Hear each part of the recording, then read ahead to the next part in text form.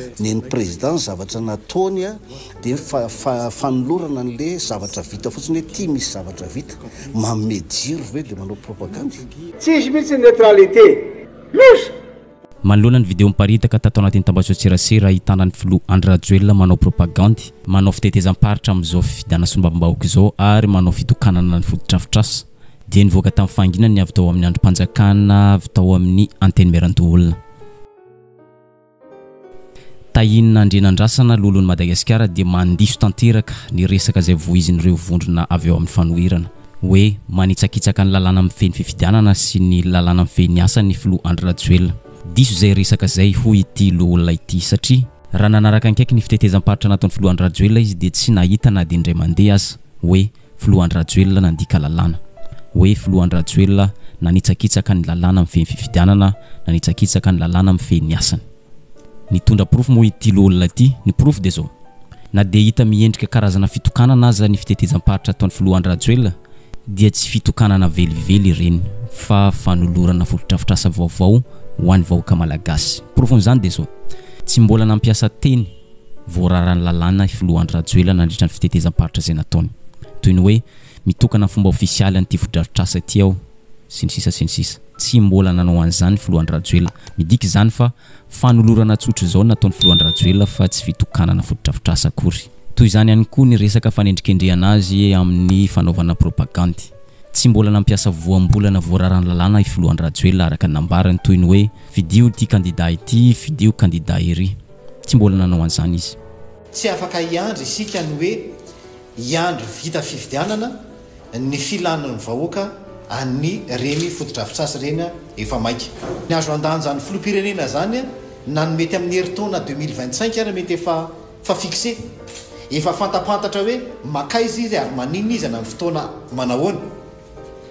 Ka mety nisy ny mety fifandrifina tao anatina hoe campagne électorale ary izay indrindra no mahatonga azy mitandrina rehefa mandray fitenenana ka tsy miteny an'ilay teny voararany lalàna dia anankiroa, ny miteny hoe fidio ihanina ary ny miteny hoe mitokana amin'ny fomba ofisialy an'ity foto-drafitrasa ity isika. Eritreretintsika nge raha makany atsimitsika ka nisy an'ireny centre national ny lay tsy fandarin-tsakafo reny hiandry amin'ny fotoana manahoana ny havatsika any atsimo vao afaka isitraka n'ireny centre ireny. Tsisy na ny filazany na ny fanentanana ny olona dia tsy misy fitenenana an'izany na indray mandeha ary ka aoka ny fandikana diso, ny tsy fitiavana efa fantatra, ny fankalana efa raha miainy zany nandritra ny mandat Andriamatoa Andry Rajoelina tamin'ny nivoaka tamin'ny fanginany ihany koa i Général Ravalomanana filohan'ny androm-panjakana enanivon'ny anteny Merandoholona. Nanamafy izy fa tsy nisy fandikan-dalàna na dia indray mandeha aza nataon'ny filoha Andry Rajoelina. Voiziny avy ao amin'ny fanoherana foana ny resaka hoe nanao fitokanana foto-drafitrasa filoha Andry Rajoelina, nanao propagandy filoha Andry Rajoelina hoy ity filohan'ny androm-panjakana enanivon'ny anteny Merandoholona. Saika mitovy tsy misy valaka tamin'ny fanehoan-kevitry lolon'ny Madagasikara teo aloha ity fanehoan-kevitry ny filohan'ny androm-panjakana ity dia tsy iza zany fa Général Ravalomanana. Tsy mbola nivoaka tao amin'ny vavan'ny filoha Andry Rajoelina hoe mitokana ity foto-drafitrasa ity ao amin'ny fomba ofisialy. Tsy mbola nivoaka tao amin'ny vavany ihany koa miteny hoe fidio rakoto, fidio rabe. Tsy mbola nanao an'izany izy hoy ity filohan'ny androm-panjakana ity. Ndao henoantsika ny fanehoan-keviny.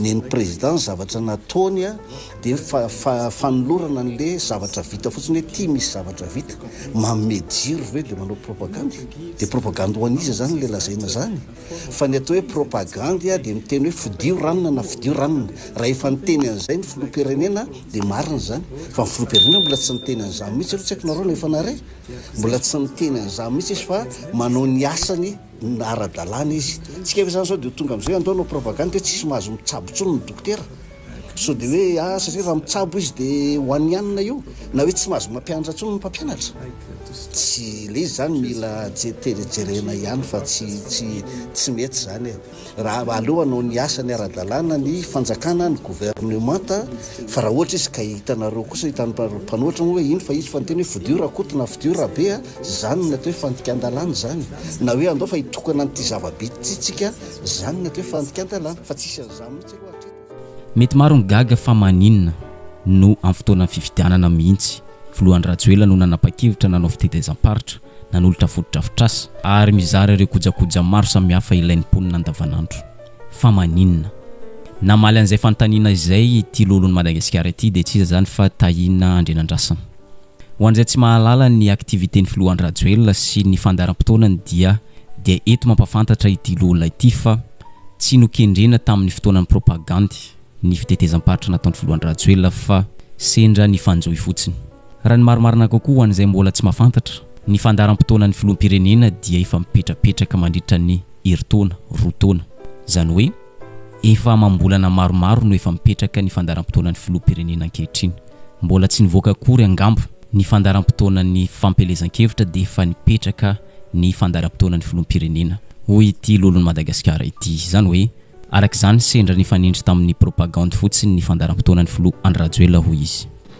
ka mety nisy ny mety fifandrifina tao anatina hoe campagne électorale ary izay indrindra no mahatonga azy mitandrina rehefa mandray fitenenana ka tsy miteny an'ilay teny voarara ny lalàna dia anankiroa ny miteny hoe fidio ihanina ary ny miteny hoe mitokana amin'ny fomba ofisialy an'ity fotodrafitrasa ity isika aza sakanana ny vahoaka malagasy ary aza rarana ny vahoaka malagasy isitraka an'ilay mba tombotsoany vokatry ny atsembohany vokatry ny asasarana izay natolotry ny fitondram-panjakana azy fena izahay dia manamarina ary manintsy tsy misy fandikan-dalàna na indray ary ataony Andriamatoa filoham-pirenena Andry Rajoelina mandritra ny asa ataony amin'izao fotoana izao fa manana tanteraka antsakany sy andavany ny asa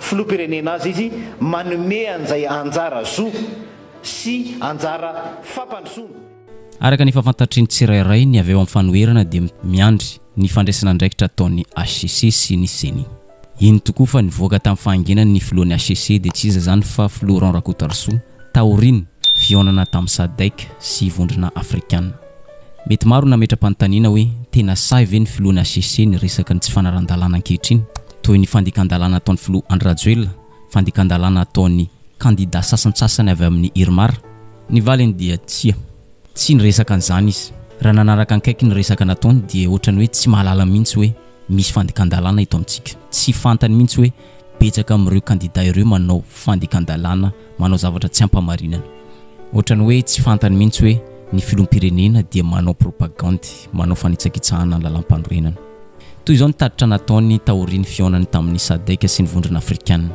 toy izao ny resaka novoiziny hoe mizotra milamina tsara ny fampelezan-kevitra hoy izy tsy misy korontana na fiantsiana ady zany hoe ao anatin'ny fifanajana tanteraka ny eo amin'ny sampifaninana hoy izy arak'izany dia tsy fantatry ny HCC mihitsy indrindra fa filohan'ny HCC ny toejava-misy eto amintsika angamba mety tsy manara-baovao amin'ny televiziona na angazety izy na efa zay mihitsy ny zavatra tiany voizina na dia fantany ara ny toejava-misy eto amintsika moa zany indrindra moa tsika zao dia ao anatin'ny fampelezan-kevitra dia atam'izao aloha mbola tsy dia tena hoe nainona hoe savorovoro sy saka hoe fiantsiana tena hoe goavana amin'ny fampelezan-kevitra fa ataoko hoe ny mpanao politika sy ny candidat indrindra anao fanao candidat député sombambahoaka zany dia olokendry zany dia mbola manentana foana zany satria ny endry ihany notoroana zany dia manentana foana zany aoka mba hisy ny fanajana tsy hisy ny fiantsiana zany sy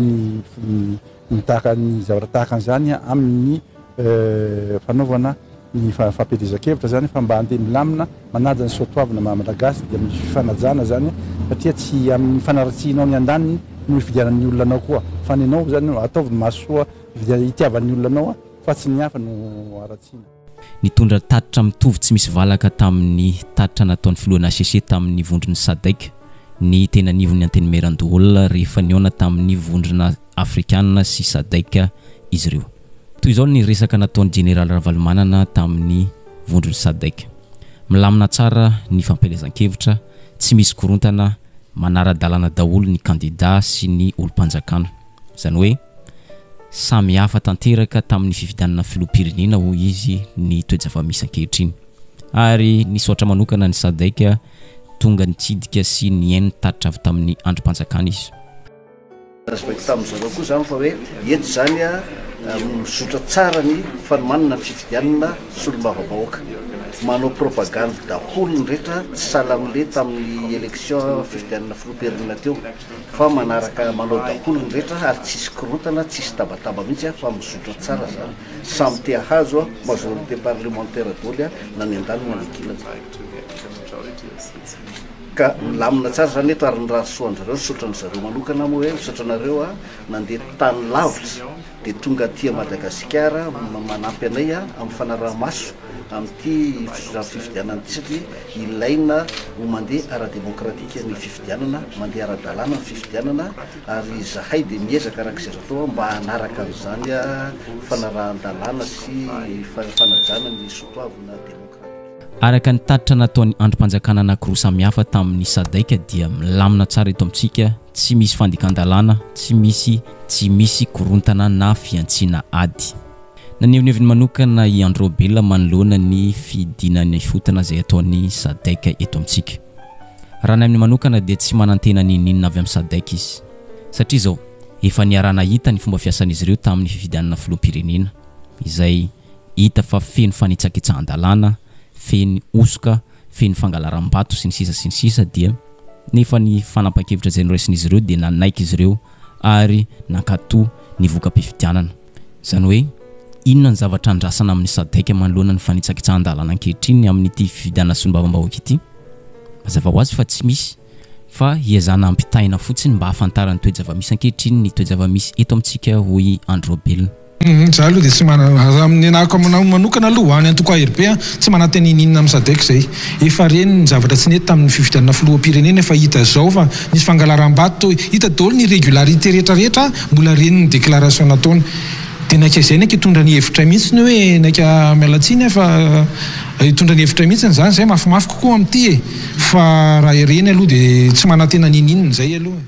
Saika mitovy amin'izay ihany koa ny fanehoan-kevitry Rivo Rakotovao filohan'ny androm-panjakana teo aloha hoe tsy misy zavatra azo antenaina avy amin'ny sadaika izany.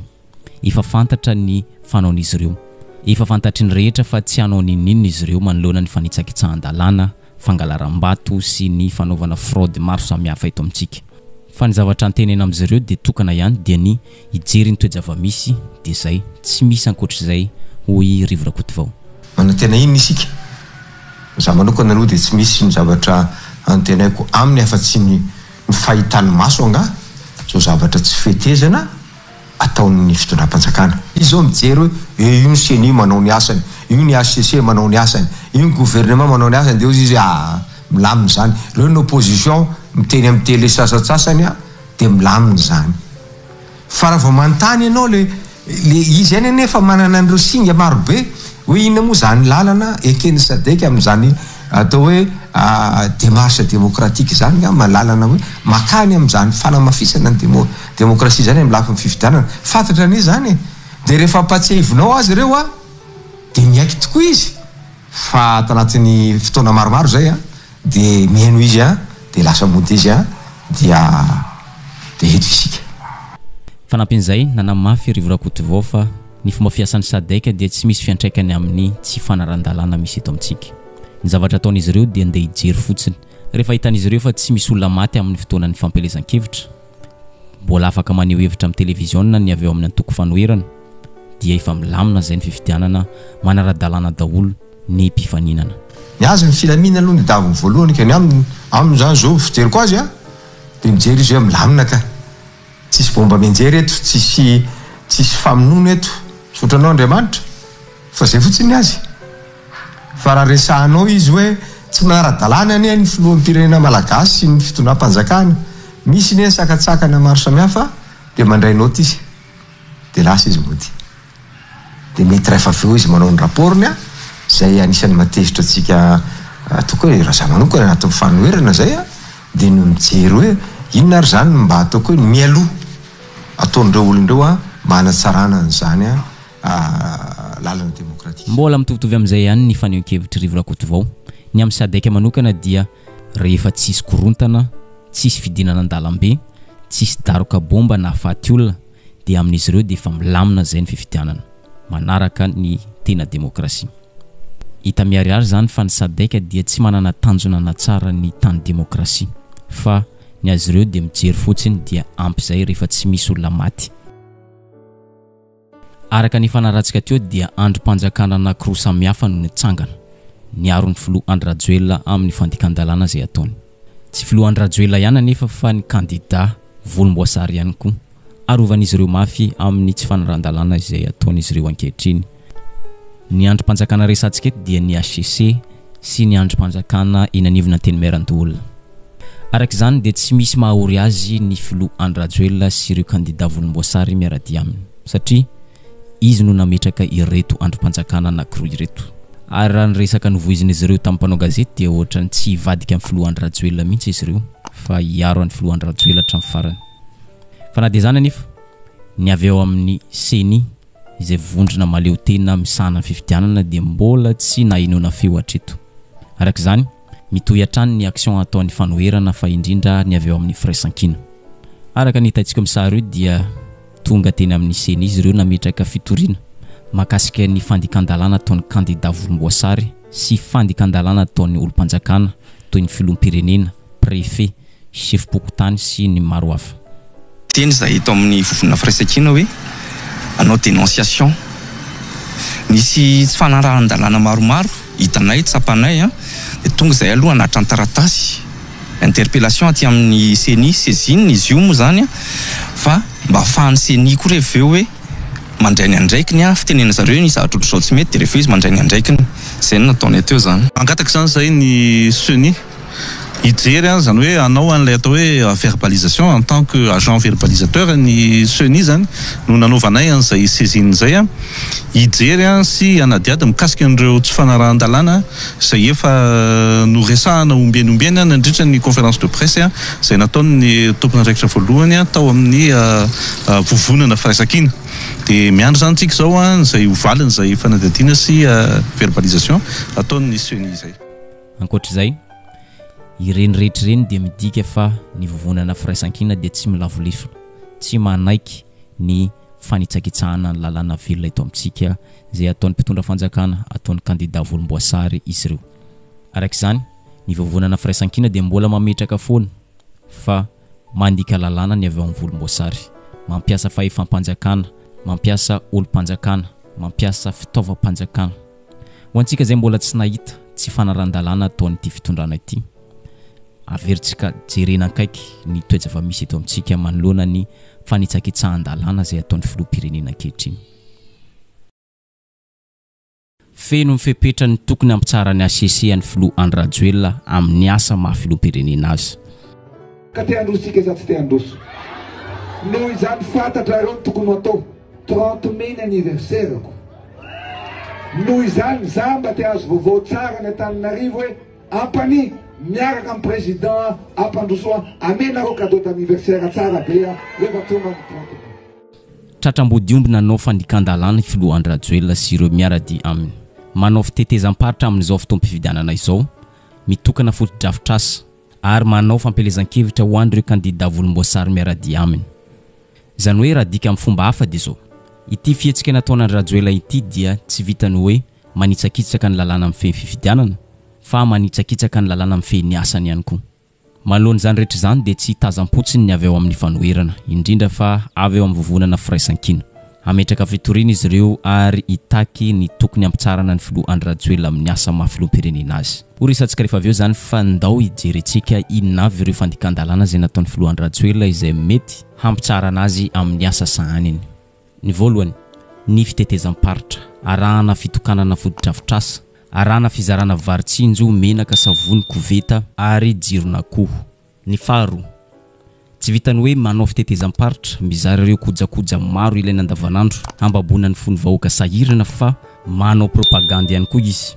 Ohatra resaka amin'izany ity propagande nataony tao amin'ny distrikany Ampania ity, toy ny hoe nanentina ny vahoaka izy mba hifidy ireo candidat sy ny vahoaka miarady aminy, ary nolazainy ankolaka koa zany rehetra zany toy ny hoe mangataka cadeau d'anniversaire avy amin'ny vahoakany Ampania izy, ny mba hifidy ny candidat sy ny vahoaka amin'ny 7 volana May ho cadeau d'anniversaire amin'ny andro naterahany amin'ny 3 volana May. Olona itabataba, olona tena aminareo olona andeha anohatra mifampandrosoana isakana anaty ho aby aty tsy androso mihitsy tsika ka te androso tsika za tsy te androso. Noho izany fantatra ireo tokony atao 30 May ny anniversaireko. Noho izany za mba te azo vaovao tsara ny Antananarivo hoe Ampania miaraka amin'ny président ampandrosoa amenareo cadeau d'anniversaire tsara be rehefa tonga ny 30 May. Araka nitatsika misary dia faly ny vahoaka ravoravo nahazo jirona koa entina hanazava ny tokantrano. Noho izay zavatra izay dia nisy olotena tamin'ireo reny izay nanatrika n'ity propagande ny filohan'ny Rajoelina ity, na ndray fitenenana na nome fampanantenana ny filohan'ny Rajoelina fa vonina hanome cadeau d'anniversaire amin'ny 7 volana May avy izao amin'ny alalan'ny fifidianana candidat miarady aminy.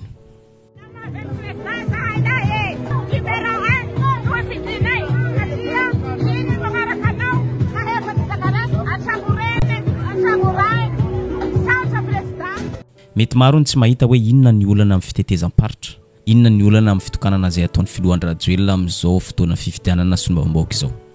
Raha ny lalana amin'ny fifidianana no jerena dia fanitsakitsahan-dalàna izao zavatra ataon'ny filohan'ny Rajoelina izao. Araka ny voalazan'ny article 61 dia tsy azo atao ny mitokana fotodrafitrasa mandritra ny fotoana ny fampelezan-kevitra. Nanamafy izay efa voalaza teo ny filoha teo aloha Marika Ravalomanana rehefa tonga nanotrana ny candidat atolotry ny firaisan-kinina tamin'ny propagande izy. Araka voalazan'ny lalàna amin'ny 1970 amin'ny lalam-panorenana dia tsy mahazo miandany ara-politika ny fanjakana. Nefa zareo mbola vao miandany. Tonga tsy izy mitokany ery miaraka amin'ny olona ery, tsisy mihitsy ny neutralité. Araka ny 1920 sy ny 1920 amin'ny lalàna amin'ny feny fifidianana, lalàna fey jour dia tsy mahazo manao fampelezan-kevitra manohana candidat ny mpitondro. Losa vao miditra raha mandeha tonga taty amin'ny rata aty zao zareo dia tao Antsirabe dia nijerevana tao dia araka ny 1920 koa amin'ny lalàna amin'ny feny fifidianana dia voarara tsy azo atao mampiasa ny mpiasa-panjakana ny fanana-panjakana vola-panjakana ny azo vao miataony ka izy io tsy fantatra na fanahinina na fiantsina na tena tsy fahalalana mihitsy. Azonao be ka ny fantikanina ireo lalàn'ireo izay voalaza amin'ny lalàna amin'ny feny fifidianana dia mana foana tanteraka vaton'ireo district reo, vaton'ireo candidat izay voakasika amin'ny fiara-pampidiana miseho ka zao zany. Ho an'ny colonel Fanampera manokana mpitondra teny cellule de crise ao Toliara dia fanakorontanana izao ataon'ny filohan'ny Rajoelina izao. Ny antony dia zao, amin'ny fotoanan'ny propagande mihitsy no ny safidianany nanaovana ny fitetezam-paritra. Tsy vitany hoe manao fitetezam-paritra fa miandany manohana ny candidat izay miarady aminy. Midika izany fa fanaovana tsinitsinina ny lalàna velona misy eto amintsika ny ataon'ny filohan'ny Rajoelina. Nefa dia olona manam-pahaizana daholo ny olona manodidina azy fa nahoana no avelan'izy ireo mandika lalàna manitsakitsaka ny lalàna velona misy eto amintsika izy. Ndao enotsika ny feo avy amin'ny colonel Fanampera. Eka nahy tonga soa président fa iha manohana candidat ho député reny ro mitety faritra dikan'izany manakorotam-pirenena tsy tokony hanao an'izay mandritra ny propagande député. Ary laha ohatsy fa nihitanareo tsara zany le zavatra voalaza ao amin'ny télé ao hoe tampitsy koa ny azo io rehefa tampitsy koa ny daty fanaovan'ny député propagande. Ino be ny dikan'izay ka hoy eo hoe karaha ty vao ao raisin'ny président olo tsinitsinina le olo vahoaka hoentiny, misy olo mana diplôme ambony anignao hoe misy mana doctorat ka tsy tokony hivazavaza fa olo mahity laha vao mihetsiky kely anao monsieur le président fa haindry zalahy fa haindry toy zany mitongela sala amizao toy mitongela sala amizao. ka tsika zany tokony hagnara-dalàna ary ho anareo izay manodidina ny président nareo koa le mampiditra ny président ankizy io la tsy mahay lalàna va nareo la tsy kobohinareo i président tsy mety raha ataonao toy président tsy mety raha ataonao la ny mangina avao nareo fa manao zay dany ny kibony izy lozany raha inatranytsika zava-doza amin'ny mahafiloam-pirenena azy ny fanaovany Andradjoela ny fampelezan-kevitra indrindra fa fiandaniny amin'ny candidat tokana dia candidat zay miarady aminy. Raha ny voalazan'ny lalam-panorenana andininy fa 7 dia ny asan'ny filohan'ny repoblika dia tsy azo ampirafesina amin'ny asa-panjakana, mahavoafidim-bahoaka, asa mandraraha hafa na asa ao anatin'ny antoko politika, vondrona politika na fikambanana na fisahanana ndraikitra eo anivon'ny fikambanam-pivavahana. Raha ohatra ka tratra na hoe fantatra fa manitsakitsaka ireny voalaza ireny dia azo esorina amin'ny mahafilohan'ny repoblika azy avy hatrany izy. Raha toa ka voamariny ACC izany rehetra zany miaraka amprofo. Masika dia masika ny fanehoan-kevitry Rivo Rakotovao. Hoy izy hoe feno ny fepetra tokony andraisan'ny ACC andraikitra ny ampiarina ny lalàna amin'ny filohan'ny repoblika dia tsy iza zany fa Andradjoela. Efa profo mitohaka mitendy ireny video miparitaka manerana ny tambazoan-tserasera ireny. Araka izany, miandry ny fandraisana andraikitra izay ataon'ny ACC ny vahoaka malagasy. Raha ohatra ka tsy te handray andraikitra ny ACC dia aoka metra-pialana avy hatrany, hoy Rivo Rakotovao. Voalaza mazava tsara fa tsy azo ny filoham-pirenena fangaro ny asa mampafiloham-pirenena azy sy ny asa ny mampalehibe ny antoko politika azy. Fa hatramin'ny 7 ny filoham-pirenena i Andradjoela dia ataoko hoe tena tsy mirarahany mihitsy izany. Fa dia lasa izy tsy fantatro izay ny antony fa dia mazava tsara fa dia manao propagande ho an'ny candidat izay natolony izy. Dia eto zany tsika dia miandry ny ACC. Zany tena manahirana hoe ahoana moa zany mba ohatra hoentin'ny lehibe. Zany mety ampifangaro amin'izao korotana eto amin'ny fiarahamonina izao ka lasa nijakan'ny tsy mpanara-dalàna ny fiarahamonina eto Madagasikara satria inona ary moa zany izy no tenenina. Izy no anarina nefa ny lehibe anarina, lehibe alaina tahaka amin'ny tsara hoe fanarahan-dalàna zany. Lalam-panorenana zany resahantsika 7 zany lalam-panorenana ary anisany mampiantona ny filoham-pirenena amin'ny asany. Eto zany dia manao antsoavo amin'ny ACC. Io ary zany lay izy nga président. Io ary lay izy dia miandry anao zahay. Rehefa tsy anao nareo dia miala fa lasa simba ny fiarahamonitsika. Tsy nitazam-potsiny ny avy tao amin'ny fanoherana fa nanao fanambarana indrindra fa ny avy tao amin'ny firaisan-kina. Filoha teo aloha Marika Ravalomanana no nitondra tenin'izy ireo. Toy izao ny fanambarana. Manameloka tanteraka ny fandekan-dalàna izay ataon'ny filoha Andradjoela ny avy ao amin'ny fanoherana fa indrindra fa ny avy ao amin'ny firaisan-kina. Noho izany, mitaky ny anatsarana izany tsy misy atakandro ny avy ao amin'ny vovonana firaisan-kina. Tafiditra ao anatin'izany ny fitetezam-paritra ataon'ny filoha Andradjoela, fitokanana foto-drafitrasa ary ny fanaovana propagandy. Ny rahantsika rehetra nahita sy naheno tato anatin'ny andro maromaro zao fa mitety distrikta maro ny mpitondra ary mitona ny mpifidy tsy hifidy ireo candidat avy amin'ny mpanohitra ary mitokana zava-vita sy manao fanambarana manokana mamevahana sy tombony ho an'ny candidat izay atolony. Ny fahefam-panjakana sy ny fananam-panjakana eo am-pelatana no entin'ny mpitondra anatanterahana ireo fampelezan-kevitra ho an'ny candidat natolony ireo. Koa manao izao fanambarana izao ary izahay ato amin'ny vondrona firaisan-kina. Ho vilazana amin'ny tiray tanindrazana rehetra sy ny fiomponam-be iraisam-pirenena fa fiantsina sy fanaovana tsinotsinona tanteraka ny voaka malagasy izao fandikana ny lalam-panorenana sy ny lalam-pifidianana ataon'ny mpitondra fanjakana ankehitriny ao anatin'ny fotam-pifidianana. Ankoatr'izay, mitaky ny andraisan'ny ACC sy ny CENI andraikitra farak'izay aingana dia aingana manoloana izao fanitsakitsahana lalàna amin'ny fifidianana izao ny avy ao amin'ny vovonana firaisan-kina. Tsy ny CENI sy ny ACC ihany no anaovan'izy ireo antsoavo fa ny tompona andraikitra rehetra isan'ny ambaratongany ihany koa. Manameloka tanteraka izao fandikan-dalàna ataony mpitondra fanjakana ato anatin'izy ireo fifidianana izy ireo tsy hay ary manamafy fa ny fifidianana madio sy manara-dalàna ihany no antoka ahafahana manatanteraka fifidianana milamina sy manaja ny safidim-bahoaka ary azahoantsika solom-bavambahoaka mendrika. Noho izany dia izy olona ny fifidianana ao anatin'ny filaminana sy anekeny rehetra ny voka-pifidianana dia mitaky ireo zavatra zao izahay. Voalohany, ny amitsaran'ny mpitondra ireo tsy fanarahan-dalàna tony. Faharoa, ny andraikitry ny CENI sy ny ACC, ny andraisan'ny CENI sy ny ACC, ny